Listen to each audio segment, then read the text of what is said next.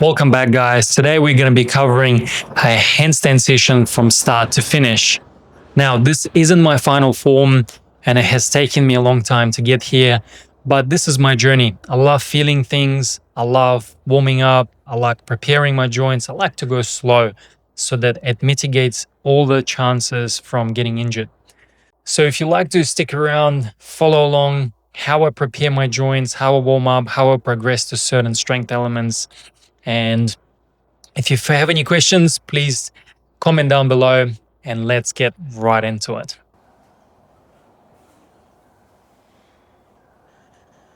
All right, guys, let's take this from very beginning. This is a full handstand session from start to finish, not just the end result, but what actually goes into building a strong, controlled, and resilient handstand. Now, I like to start the session with passive hangs for decompression and reset, and also just getting my mind into that state. This is about letting the gravity to do its job. It's opening up the shoulders, it's lengthening through the lats, improving alignment. And at the same time, when I'm hanging there, I'm breathing, I'm connecting to that breath, I'm scanning my body for any tension, and I'm bringing an awareness into the joints and basically creating space and bringing that energy for the body to actually accept that load later on. I might, do some bounces, I might do some rotations, and just move that fascia, joints, and tissue. And the most important thing is to get that alignment as best as possible when I'm in that handstand. I might push the boundaries here, and in one session, I might just, for hold as long as I can, or I might just hold for 1 minute, depending on how my body feels. After I finish hanging, I get into the scapular elevation, and is in that same position, pushing my shoulders up towards the ceiling as much as I can, reinforcing what we just opened up in the passive hang. Because if your shoulders cannot do that, you will find that you will struggle to get into that handstand position later on. So building strength in that exact position and pushing those shoulders up as hard as possible. This is a 10-kilo plate that I'm using here. Then we move into wrist preparation. This is a non-negotiable for me. As you walking and standing, you're using your feet, and feet are really important. And this is the same analogy. The wrist and your fingertips and everything that's going to be holding you up there is this is your foundation. We'll go through wrist extension stretches, and I might start with passive extension here and just focusing on opening up that wrist, especially if I haven't done these stretches for a couple of days. I might spend some time here just getting that awareness in there. Getting into that active wrist extension, lifting those fingertips up towards the ceiling. This is the hardest part of that extension, just driving the fingertips at 100% intensity, loading the tissue, increasing the tolerance. Then we move into wrist flexion, and that wrist flexion, just the opposite of wrist extension, and just getting those fingertips again towards the forearm, and just moving all that tissue around. The wrists are really important because you've got 8 different bones in that wrist joint, and if you stuff them up, it takes a really long time to get it right.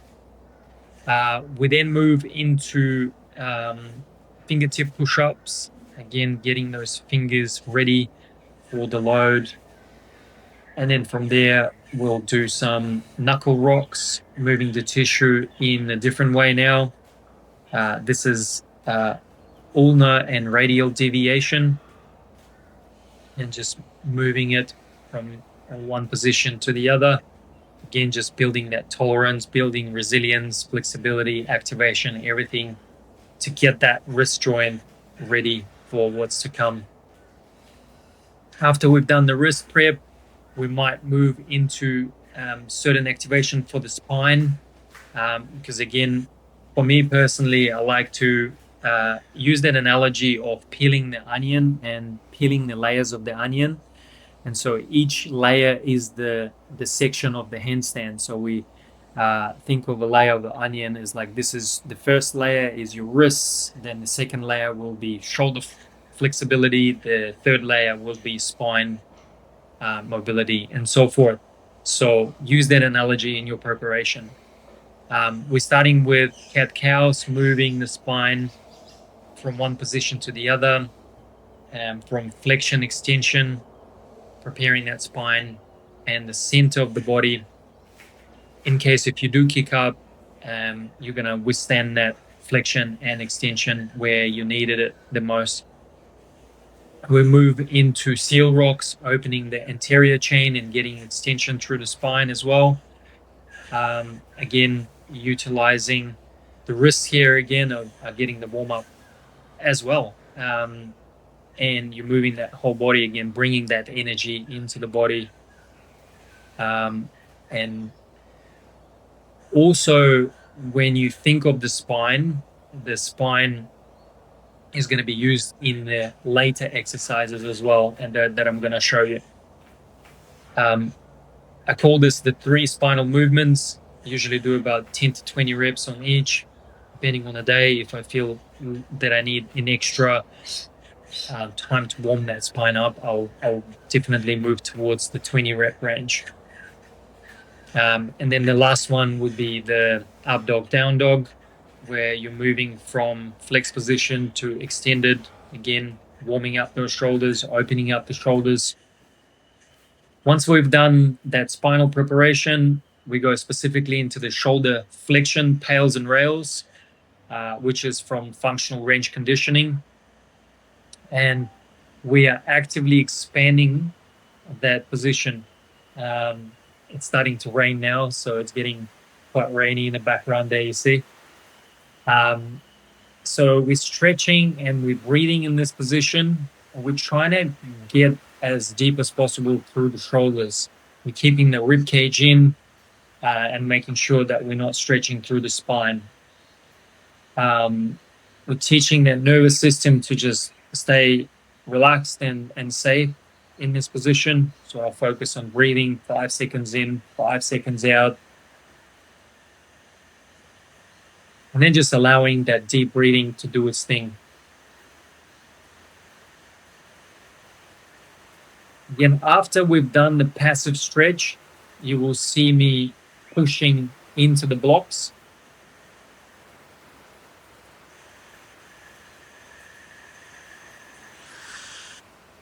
So I'm pushing as hard as I can into the blocks now, trying to contract everything in the body for about 10 to 20 seconds.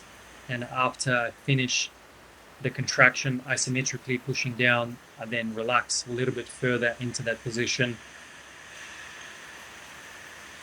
Once I finish that passive stretch and pushing down, I then lift off as hard as I can into that shoulder flexion. So that's an active component of that shoulder flexion, and trying to reinforce that position as much as I can and teach that nervous system to be safe in that position. If you don't own this range, you'll compensate somewhere else, whether you compensate in the lower back, ribs, and everything starts to break. And I've seen this many, many times where if I'm teaching someone, they can't access that shoulder flexion, it's going to be really difficult to stack each joint over each other, from the wrist joint to the elbow to the shoulder to the hips to the ankles to the knees.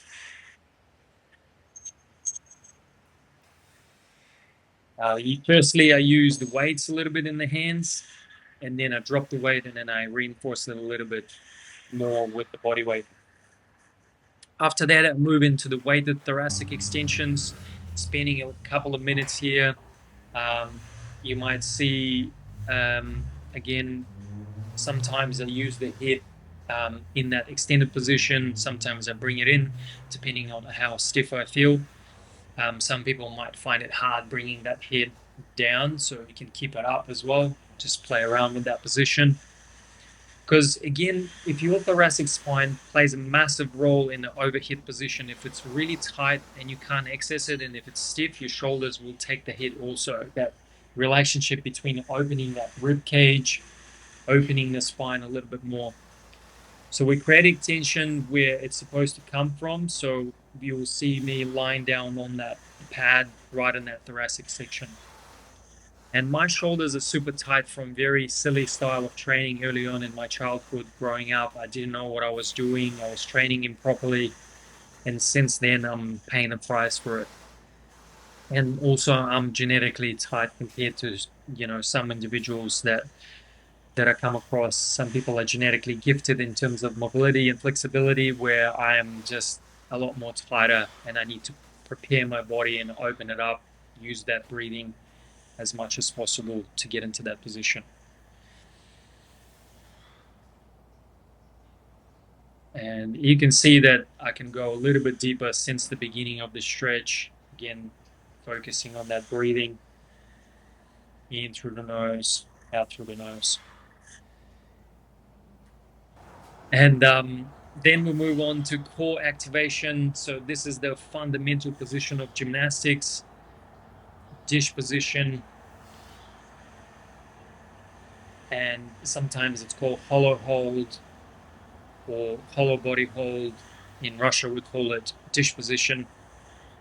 And this is activating that whole anterior chain, pointing the toes, pointing the fingers, reaching as far back as possible. If you're finding that you're struggling in this position and your lower back starting to come off, bend your knees, bring the knees close to the chest, but otherwise just keep holding that position, creating that anterior stiffness, anterior activation. So I might hold here for about a minute, from 45 seconds to a minute. And then after that, I turn around and I lie down on my stomach. And same thing, reinforcing that arch position.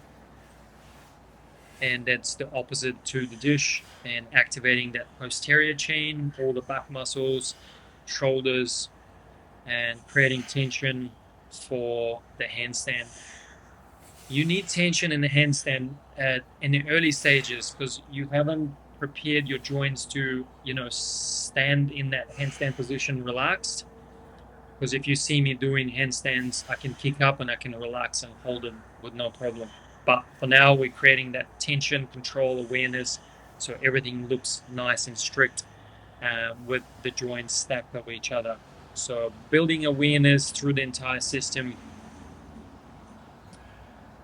Just had a little bit of green tea in between, and we're going to move into thoracic extensions and some activation work with breathing. And this is one of my favorite exercises to include it into the program. I love this movement so much. It makes me feel really good. And one of my favorite exercises before handstanding as well. It can be very tricky to start off the ground if you're new to this. So just make sure you're strong enough in the shoulders and make sure you're strong in the elbows to push yourself up. This ties everything together, the shoulders, the spine, the control under load. And we now integrating everything that we stretched. So you can see the wrists, the elbows, the shoulders, the spine that we've prepared for this particular movement. And that's what I was talking about before. It always leads to something else. So now I'm using this technique called reflexive performance reset, just breathing, scraping through the sternum, activating that nervous system, neural priming, and just again allowing the body to relax a little bit before I kick up into that handstand. The sternum and also the bony part of the chest and under the ribs, and this opens your diaphragm, your diaphragmatic breathing, and then the jaw is where you accumulate all the tension. So now we go into the handstand holds, and I'm holding for about a minute. This is where everything we've prepared starts to show up between sets, and you're building that resilience in that handstand position. You can see a little bit of an arch in my lower back there. Me being pedantic and very attentive to detail. And so if I see that lower back arching, I might spend a little bit more time stretching my shoulders, opening through the lats, or I might focus a little bit more on my thoracic extension again. And once you fatigue, you obviously see that sinking down into that position. Once I finish with the handstand, I will superset with alternating the ups in between. And this is building that compression. Um, and you will see that that compression is also evident in the kick ups. So when you kick up into the handstand, you will see that split position again. Instead of me bunny hopping into it, like you saw just before, you will see that compression if you kick up normally from the ground up. This also stretches that hamstring. It also activates the core and maintaining that intensity in between the handstands. Mobility in between sets. So I like to not waste time on my phone. I just go straight into some mobility work and prepare my splits, my side splits.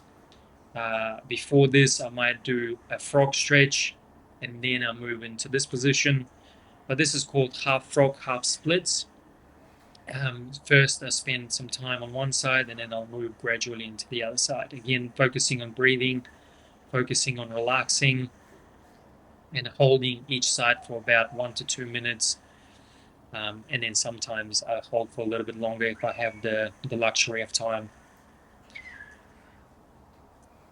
After the passive, I might do some activation work. I might push into the floor for that active component again. And then after the active stretch, I will move on into single leg lift offs or single leg lift off the ground. And that is, again, active component of the stretch, reinforcing that range that you've just gained from flexibility from passive stretching. You always want to follow it up with something active. You're teaching that nervous system to be safe, because at the end of the day, it's all about the brain. The brain always wants to feel safety and wants to avoid threat. That's why you sometimes tighten up. And the more you stretch, the more flexibility that you gain. You're just gaining passive flexibility. So that's why you want to have that active component, because at the end of the day, it's all about the strength. It's all about owning the ranges and be strong in those positions. So I'll spend a little bit more time here, breathing, opening up through that opposite side. And this, I like this, preparing again the frog and half split and half frog, because when you go into that full side split, it's going to be really intense on the groin and going to be really intense on um, the muscles around the knee as well.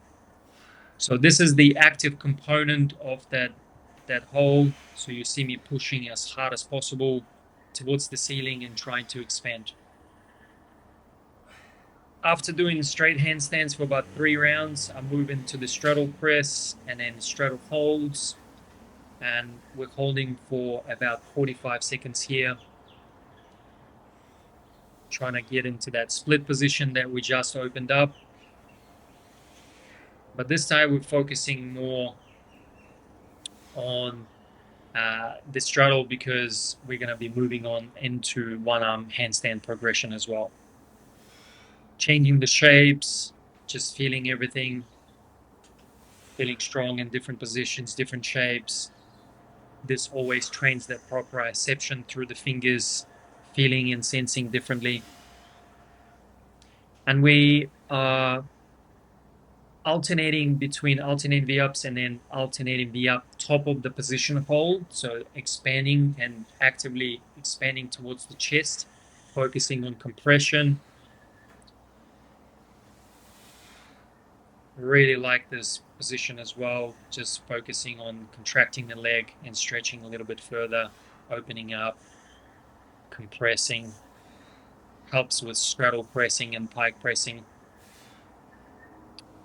One arm shifts. After 3 rounds of straddle holds, I'll transition to one arm shift and loading the transfer and transferring into that one side, training to progress into one arm hand balancing. And that's understanding where that balance is. So you will see sometimes that the opposite hip is aligned with the opposite shoulder. And that's where you start to build getting into one arm handstand first, learning how to shift that position and shift the pelvis onto the opposite side. And I'll do the same in the diamond shape. Again, finding that position and pushing away from the floor. Firstly, just keeping the 5 fingers on the ground just so that I can stay stable and not collapse through the shoulder as much as possible. Everything is controlled, nothing's rushed, everything is feeling and sensing and controlling,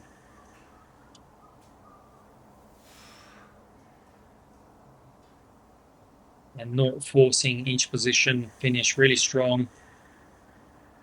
And then finally, just finishing with that one arm handstand, taking the handstands into the next level where I take the fingers off the ground, in shift first, and then take the fingers off, find that position, find the stability, and then control to the other side. Getting fatigued now. But you see how it's trying not to rush it. And sometimes you will see me rushing it. Sometimes it's a lot better. When you catch that moment, it feels really good. You're like in the right spot.